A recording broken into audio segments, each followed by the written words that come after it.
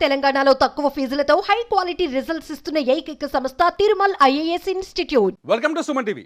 ఆంధ్రప్రదేశ్లో ఒక భారీ భూ కుంభకోణం వెలుగులోకి వచ్చింది. దాదాపు 700 కోట్ల రూపాయలకు సంబంధించిన భూ కుంభకోణంగా తెలుస్తుంది. ఈ భూ కుంభకోణంలో చీమకుర్తి శ్రీకాంత్ అనే వ్యక్తి కీలక వ్యక్తిగా తెలుస్తుంది.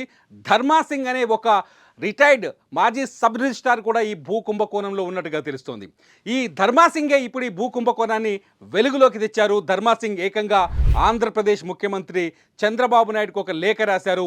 చీమకుర్తి శ్రీకాంత్ అనే వ్యక్తి నుంచి తనకు ప్రాణహాని ఉందని, అతను దాదాపు ఏపీలో 9 సబ్ రిజిస్ట్రేషన్స్ నుంచి 700 కోట్ల రూపాయలు విలువ చేసే భూమిని కాజేశాడని, అతను ఆంధ్రప్రదేశ్కి సంబంధించిన గత ప్రభుత్వంలోని కీలక వ్యక్తులు ప్రముఖులకు బినామీ అని ఈ ధర్మాసింగ్ చంద్రబాబు నాయుడుకు రాసిన లేఖలో పేర్కొన్నట్టుగా తెలుస్తోంది.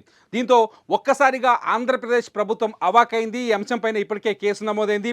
ఈ ధర్మాసింగ్ ఒక అవినీతి కేసులో ఏసీబీకి చిక్కాడు. లంచం అక్రమాస్తుల కేసులో ఏసీబీకి చిక్కాడు.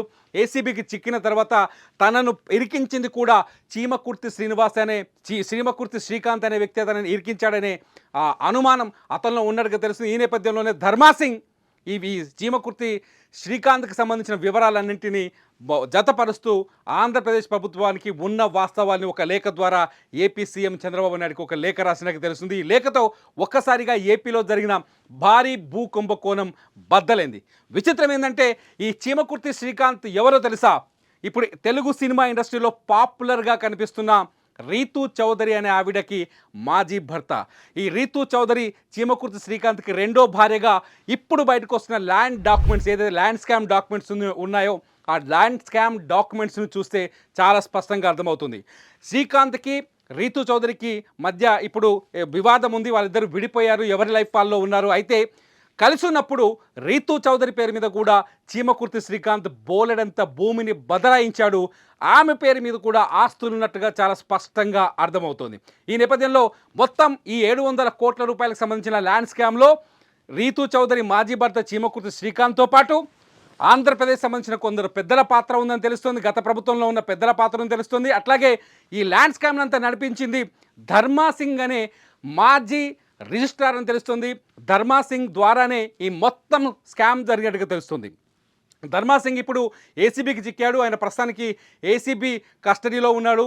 ఆయన విచారణ ఎదుర్కొంటున్నారు. ఈ సందర్భంగానే ఈ భూమి స్కామ్కి సంబంధించిన వివరాలు వెలువచ్చినట్టు తెలుస్తుంది. ఈ భూమి స్కామ్లో చీమకుర్తి శ్రీకాంత్, ఈ స్కామ్ ఎలా జరిగిందంటే ఏపీలో గతంలో ఉన్న ప్రభుత్వం, వైసీపీ ప్రభుత్వం ఉన్న సమయంలో ఏం జరిగిందంటే ఏపీలో ఎక్కడైతే ఖాళీ స్థలాలు ఉంటాయో, కొందరు భూములు కొనుక్కొని వదిలేసి వెళ్ళిపోతారు, లేకపోతే వాటిని డెవలప్ చేయరు, పట్టించుకోరు, ఆస్తులుగా ఉంటాయని కొని వదిలేస్తారు. ఎక్కువగా ఎన్ఆర్ఐలు కావచ్చు, లేకపోతే కొందరు డబ్బులున్న వాళ్ళు ఇన్వెస్ట్మెంట్ బేస్లో కొని వదిలేస్తారు కదా. అటువంటి భూముల్ని చీమకుర్తి శ్రీకాంత్ ఐడెంటిఫై చేసి ఆ భూముల్ని, ఆ డాక్యుమెంట్స్ని, ఫేక్ డాక్యుమెంట్స్ని సృష్టించి లోకల్గా ఉండే సబ్ రిజిస్ట్రార్ ధర్మాసింగ్ అనే సబ్ రిజిస్ట్రార్ కూడా ఇందులో పాత్ర ఉంది. ఆయన ఈ విషయాన్ని బయటికి చెప్పినప్పటికీ ధర్మాసింగ్ ద్వారా విజయవాడ పరిసరాల్లోనే ఆన్లైన్లో ఎక్కడైనా రిజిస్ట్రేషన్ చేసుకునే అవకాశం ఉంది కాబట్టి ఇంకో ప్లేస్లో దొంగ రిజిస్ట్రేషన్ చేసుకొని ఒకరి పేరు నుంచి ఇంకో పేరుకి బదలాయించి ఆ భూముల్ని కాజేసే ప్రయత్నం చేసినట్లుగా ఇప్పటికీ మనకు తెలుస్తున్న సమాచారంగా తెలుస్తుంది. ఇప్పటికీ మనకు తెలిసిన సమాచారం బట్టి అర్థమవుతుంది. అంటే చీమకుర్తి శ్రీకాంత్ పైన చాలా భారీ ఆరోపణలు ఉన్నాయి. చీమకుర్తి శ్రీకాంతే మొత్తం ఈ ల్యాండ్ స్కామ్లో కింగ్ పిన్గా ఉన్నట్టుగా తెలుస్తోంది. మొత్తం భూముల బదలాయింపు వ్యవహారం అంతా చీమకుర్తి శ్రీకాంత్ చూసేవాడని, చీమకుర్తి శ్రీకాంత్ ఆంధ్రప్రదేశ్ ప్రభుత్వంలో కీలకంగా పనిచేసిన 2 వ్యక్తులకి బినామీగా ఉన్నారని కూడా ఇప్పటికి బయటకు వస్తున్న సమాచారం బట్టి తెలుస్తుంది. ధర్మాసింగే ఈ విషయాన్ని ఓ పెద్ద లేఖ రాసి ప్రస్తుత ముఖ్యమంత్రి చంద్రబాబు నాయుడుకి ఆ లేఖను పంపించినట్టుగా తెలుస్తుంది. ఈ లేఖతో ఒక్కసారిగా ఏపీలో భారీ భూ స్కామ్ బ్లాస్ట్ అయినట్టయింది. ఇంకా నోరు విప్పితే చీమకుర్తి శ్రీకాంత్కి సంబంధించిన అనేక అంశాలు తెరపైకి వస్తాయని అర్థమవుతుంది. దీంతో ధర్మాసింగ్ని కూడా విచారించే అవకాశం కనిపిస్తుంది. అయితే ఈ చీమకుర్తి శ్రీకాంత్ తనతో ఉన్నప్పుడు ఎప్పుడైతే రీతూ చౌదరితో, అంటే ఈమె పేరు వనం దివ్య, ఈ వనం దివ్యగా చీమకుర్తి శ్రీకాంత్ భారీగా ఉందేమే వనం దివ్యగా ఉన్నప్పుడు, అయితే ప్రస్తుతం ఏమే రీతూ చౌదరిగా ఇండస్ట్రీలో నటిగా ఉన్నారు, ఆమె నటిగా పనిచేస్తున్నారు. సో ఎప్పుడైతే చీమకుర్తి శ్రీకాంత్ వనం దివ్య అంటే రీతూ చౌదరి కలిసి ఉన్నారో, వాళ్ళు పెళ్లి చేసుకొని కలుస్తున్నారో, ఆ సమయంలో చీమకుర్తి శ్రీకాంత్ చాలా భూముల్ని ఇలా అక్రమంగా కొట్టేసిన భూముల్ని రీతూ చౌదరి పేరు మీదకి బదలాయించినట్టుగా తెలుస్తుంది. రీతూ చౌదరి పేరు మీదకి బదలాయించిన తర్వాత రీతూ చౌదరి పేరు మీదే ప్రస్తుతానికి ఆస్తులు కొనసాగుతున్నాయని కూడా ప్రస్తుతానికి బయటకు వస్తున్న డాక్యుమెంట్స్ ప్రకారం తెలుస్తుంది. మొత్తంగా రీతూ చౌదరితో పాటు ఇందులో ఇంకొక కోణం కూడా తెరపైకి వస్తుంది. గతంలో ఏదైతే వీళ్ళు భూములు కాజేశారో, భూములు కాజేస్తున్న సమయంలో ఏసీబీకి ఫిర్యాదులు అందుతున్న సమయంలో ఏసీబీలో కీలకంగా పనిచేసిన ఒక అధికారి అల్లుడు, అతని పేరు రాహుల్ అని చెప్తున్నారు.